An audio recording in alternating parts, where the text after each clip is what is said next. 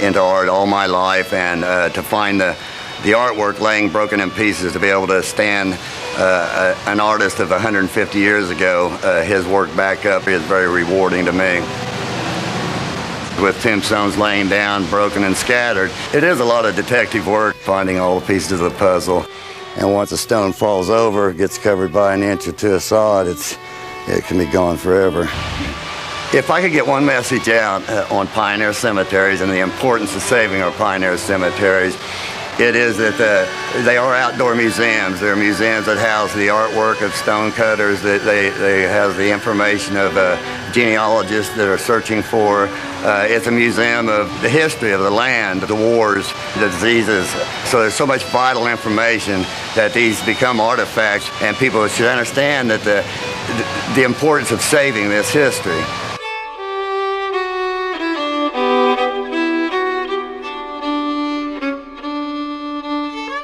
Pam has discovered and borne witness to much of her family's history, but our visit to Ellis's grave has yielded little additional information. Still burning are questions about the legend of a little girl, Jane, and exactly what happened to the Lively family in 1813. Pam is determined to find some remnant of the original Lively homestead and some indication of the final resting place of her ancestors.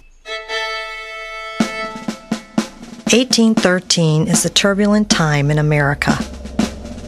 The Indiana Territory is slowly being settled by whites, but dangers abound. Several of the area Indian tribes have fought with the British in the War of 1812, and they are still fiercely hostile toward the American settlers.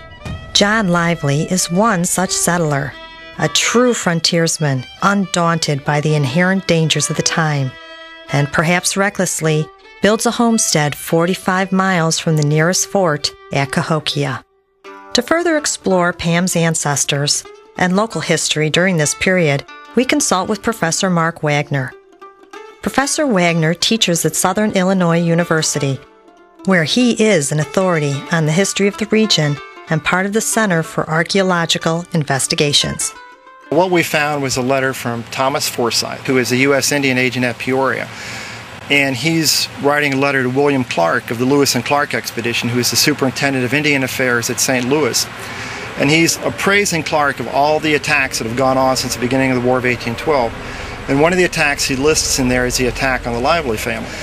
And he said it was the Kickapoo who killed the Livelies, and they were led by Little Deer.